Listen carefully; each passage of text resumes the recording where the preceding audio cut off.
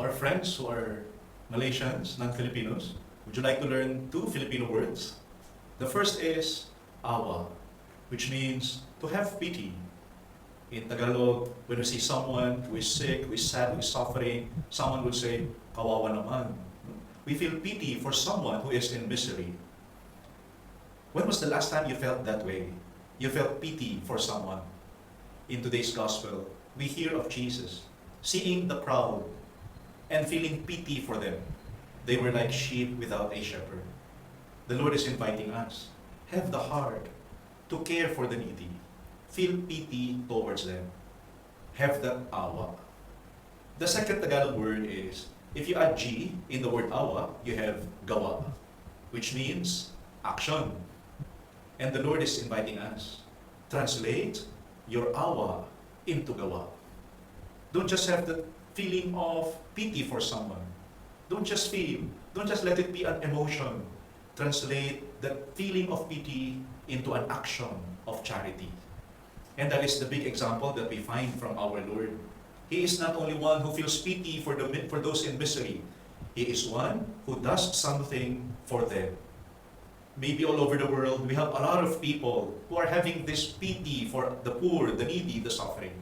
What the world lacks are those people who are doing something about it.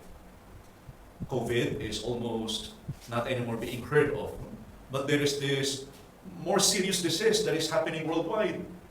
The disease called DNAI disease. What is that, Father? You're inventing something again. No? That disease, maybe sometimes we become victims of it. We just don't realize it. DNAI. Do nothing about it.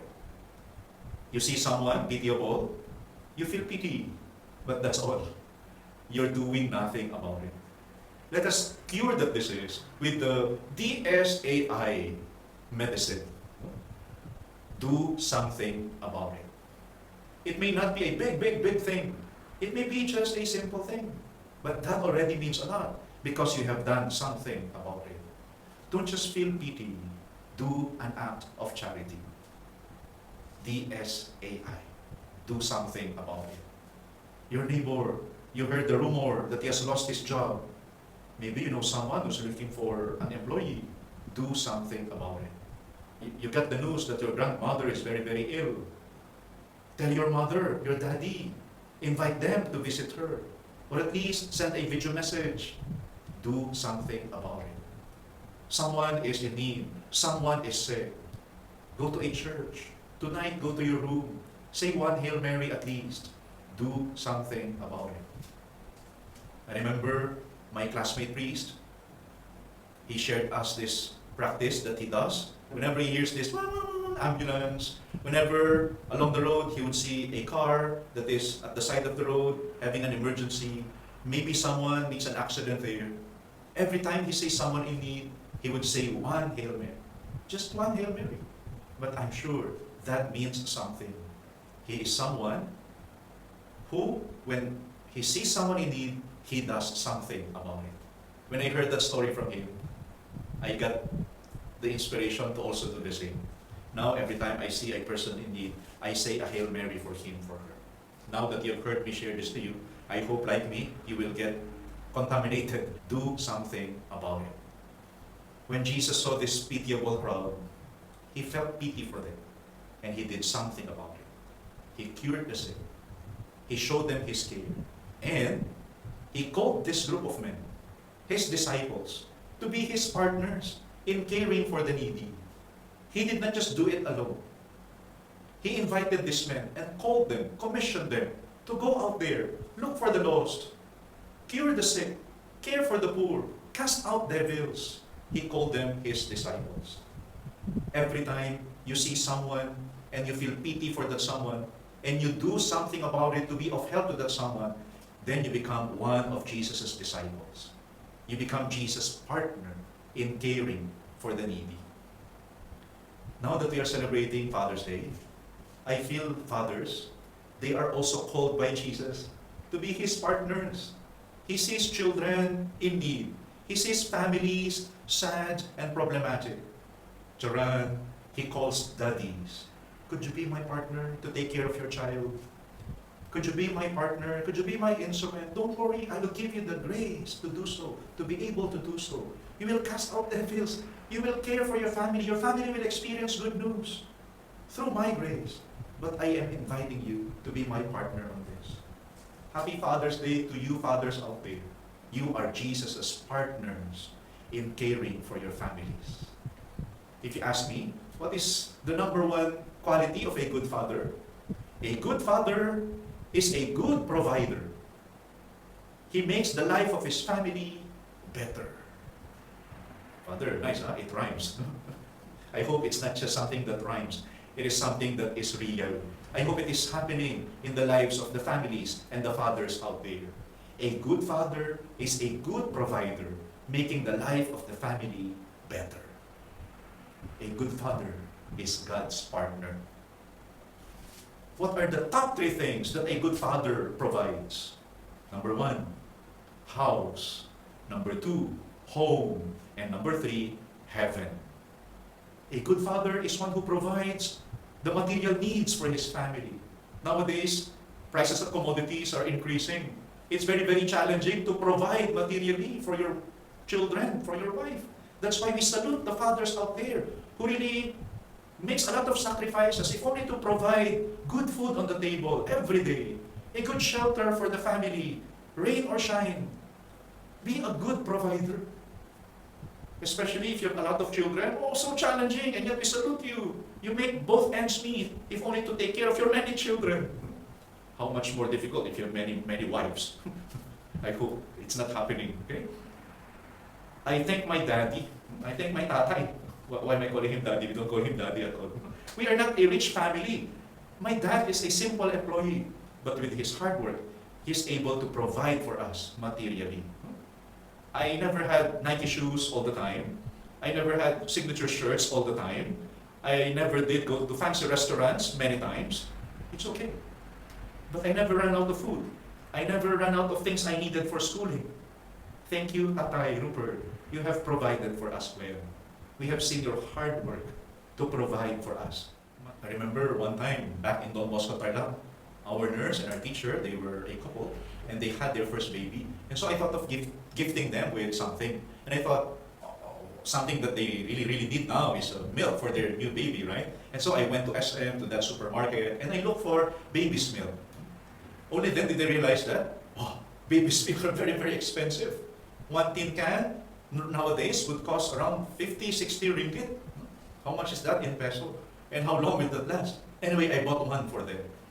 And while I was walking from the supermarket to the parking lot, and I was already sitting on my car, driving back to Don Bosco, Tarlac, I was telling myself, hey, what if someone saw me? Hey, why is Father Ramon carrying baby's milk? For whom is that? I wonder. Jokes aside, it's so difficult to be a father, to be a good provider. That is why it means a lot if you, a father, would do so. Provide well for your family, please. Materially, and not only materially, also emotionally. Which leads us to the second H. Don't just give your family a house. Give your family a home. Dear daddies, we salute you. Be a good provider. Give a house to your family. But more than just a house, what the family is actually longing for is a home. Don't just give money to your children.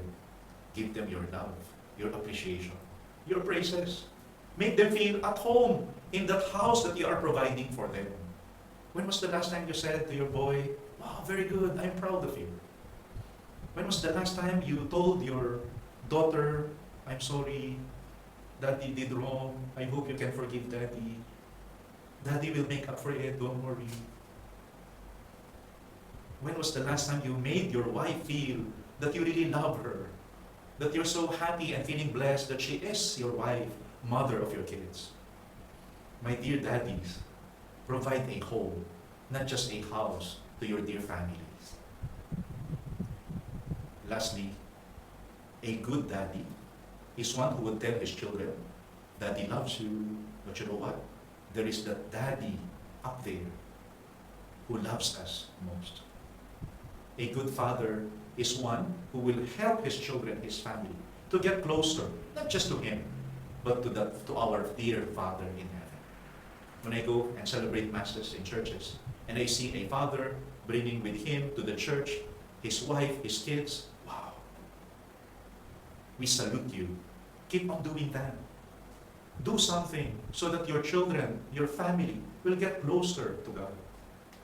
Here in Malaysia, here in Kuching, probably some of you, your fathers are not Catholics, are not Christians. But if they are persons who make you value not just the things of this world, if they are persons who may be Buddhists, free thinkers, or having other religions, and yet they make you value spiritual things in life, then we thank Him for providing you not just a house, not just a home, but a piece of heaven here on earth. To our dear daddies, we thank you. Keep on providing. Provide us with the material needs that we have. Make us feel secure. Provide us with emotional needs that we have. Make us feel sane. Provide us with the spiritual things that we need. If I may speak again on a personal note about my tatay, top two things that I appreciate from him are this. I felt he loved my nanay in his ways, and he loved God in his significant ways. And I am blessed with that. I am in love with God because I have seen my father in love with God as well. Are you a father? Are you in love with God? Do you inspire your family to fall in love with God as well? Some of us here are not biological daddies, but you are one who provides for others. Then you are a father as well. On this Father's Day, let us say yes to Jesus' invitation to be His partner in providing care for the needy. Translate your emotion of pity into an act of charity. Provide a house, a home, and a heaven here on earth. Then you become a father. Happy Father's Day.